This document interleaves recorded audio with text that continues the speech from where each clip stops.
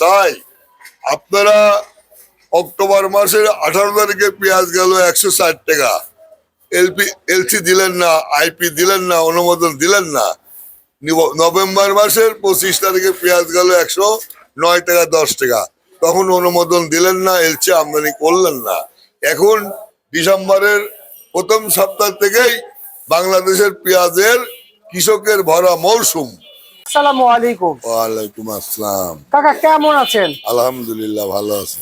আপনাদের এই শ্যামবাজারের পেঁয়াজের দাম আজকে কি পরিমাণে কমেছে কিংবা বেড়েছে একটু জানাবেন। কমেছে বাড়ানোর কথা তো আর ব্যবহার করা যাবে না। এখন পেঁয়াজের বাজারটা ধস নামেছে, বুঝছেন, ধস নামেছে। এক একদিন এক এক ভাষায় কথা বলতে হয়।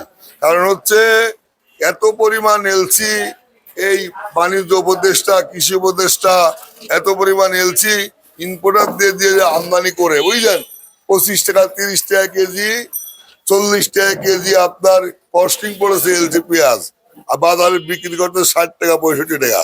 এই পেঁয়াজ আমদানি করার কারণে এই আপনার মরিকাটা পেঁয়াজের বাজার একদম ধস নামে, বুঝলেন, আপনার একদম অস্বাভাবিকভাবে কমে গেছে, বুঝলেন। আচ্ছা, আমরা বিক্রি করেছি 55 টাকা থেকে শুরু করে 52 টাকা পর্যন্ত, কিন্তু অনেক ঘরেই যাদের কাস্টমার কম তারা বিক্রি করেছে 45 টাকা 48 টাকা। আমাদের কাস্টমার আছে দৈনন্দিনের জন্য, আমরা 55 থেকে 53 বিক্রি করেছি। এখন মনে করে যা পেঁয়াজ আমদানি হয়েছে মার্কেটে, তার 50% পেঁয়াজও আসছে হই নাই, বাজারে রয়ে গেছে। এটা আবার বাজার কালকে আরো কমবে।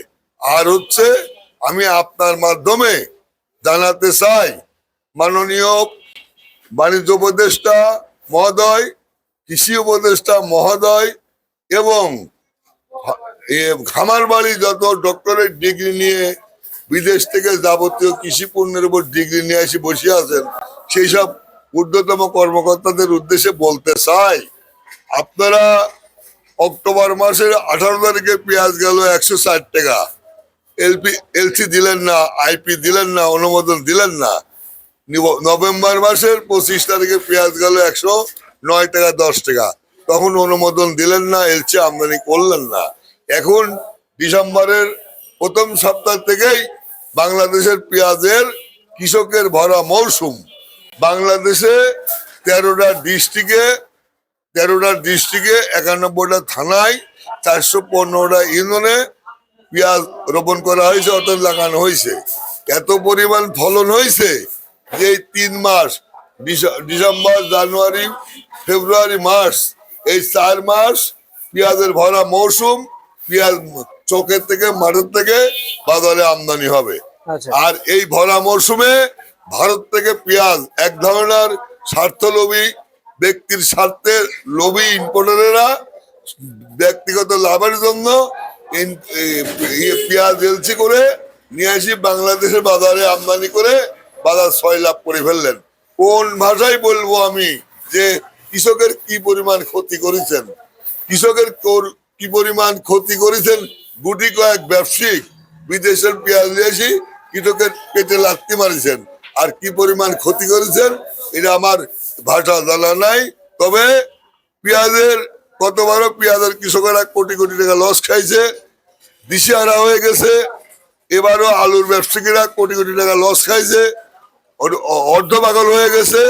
আবার পেঁয়াজের এইবার একটা লাভের আলো লাভের বাতাস পাতিছিল। হঠাৎ করে ভারত থেকে পেঁয়াজ আমদানি করে বাজার 6 লাভ করে দেশে।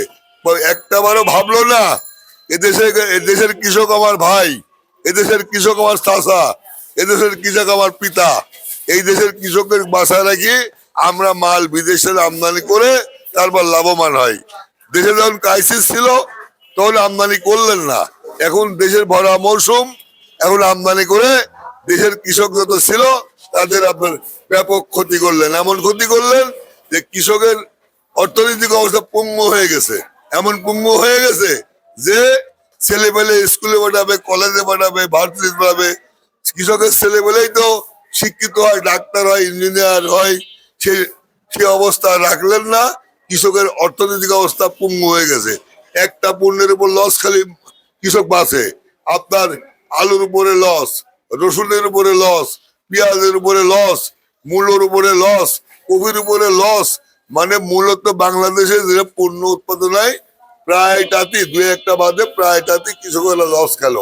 আপনারা বাজার পর্যবেক্ষণ করবেন, বাজারে ঘুরবেন, গ্রাম গ্রাম গঞ্জে ঘুরবেন, কোন ডিস্ট্রিক্টে কত টন পেঁয়াজ উৎপাদন হয়েছে, কোন রাষ্ট্রতে পেঁয়াজের বীজ নিয়ে আসি কৃষকের হাতে দিয়ে পেঁয়াজ উৎপাদন বাড়াতে হবে।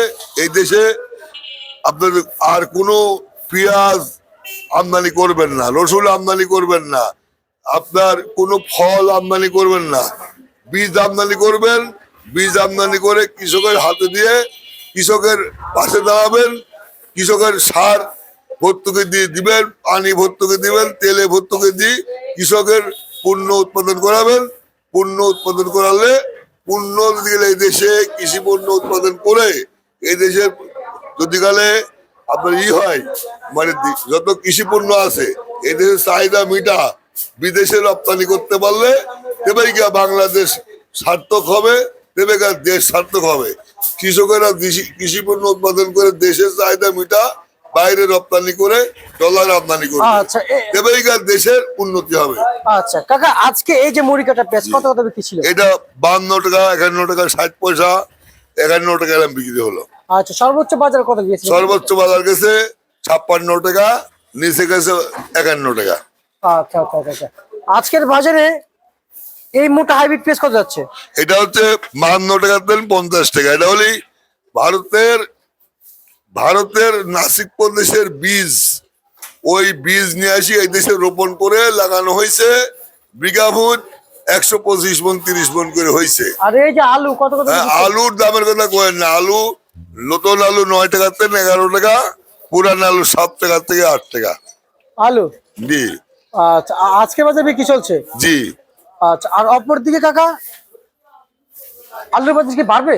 আলুর বাজার আর বাড়ার কোনো অবস্থান নাই, পেঁয়াজের বাজারও আর বাড়ার কোনো আমি কোনো দেখি না, বুঝলেন। আর এই যে আলুর বাজার যে কমেছে এবং রসুনের বাজার কমে গেছে, আপনার পেঁয়াজের বাজার দিন দিন কমে যাবে, বাড়বে এমন কোনো সম্ভাবনা নাই। আসলে দেশের প্রত্যেকটা নাগরিকের যদি দেশপ্রেমিক হতো তাহলে দেশের এই ভয়াবহ অবস্থা হতো না। দেশের 1 নম্বর নাগরিক ছিল, 1 নম্বর দেশপ্রেমিক ছিল শহীদ জিয়াউর রহমান।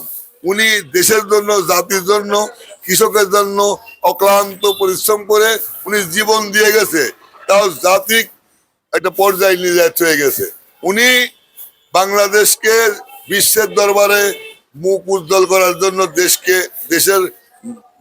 বাংলাদেশকে উজ্জ্বল করার জন্য বিশ্ব দরবারে উনি নানান কিছু করে গেছে। এবং চায়নার থেকে ধানের বীজ নিয়ে আসি বাংলাদেশের 95% কৃষকের হাতে বীজ তুলে দিয়ে গেছে। যে বীজে ইরি ধানের বীজ দিয়ে গেছে, ইরি ধানের বীজে 35 মন 40 মন করে বিঘা ফুট ধান উৎপাদন হয়। আর আগে আমরা দেখছি আউশ ধান হয়তো 9 মন করে বিঘা ফুট, আমন ধান হয়তো 10 মন করে। দেশের 75% লোক খায় থাকতো আর 25% লোক না খায় থাকতো। শহীদ জিয়াউর রহমান চীন থেকে ধানের বীজ দিয়ে আসি, চকে চকে ডিপটিকল বসা, মাঠে মাঠে ডিপটিকল বসা, ইঞ্জিন চালিত ডিপটিকল বসা দিয়ে গেছে, পানি উঠা ধানের সেচ দেশে ধান উৎপাদন করেছে। বাংলাদেশের খাদ্য ঘাটতি মিটার হয়ে গেছে। যারা জানতে চাই আসলে রসুন কত টাকা বিক্রি চলছে? রসুনের দাম ধস নামে গেছে। রসুনের যেখানে 60 টাকা ছিল সেখানে 40 টাকা হয়ে গেছে, যেখানে 40 টাকা ছিল 25 টাকা হয়ে গেছে। আচ্ছা আচ্ছা, ঠিক আছে, আপনাকে আমরা ধন্যবাদ জানাচ্ছি। ছিল আজকে সর্বশেষ ভারত থেকে, প্রিয় দর্শক, ঢাকা থেকে।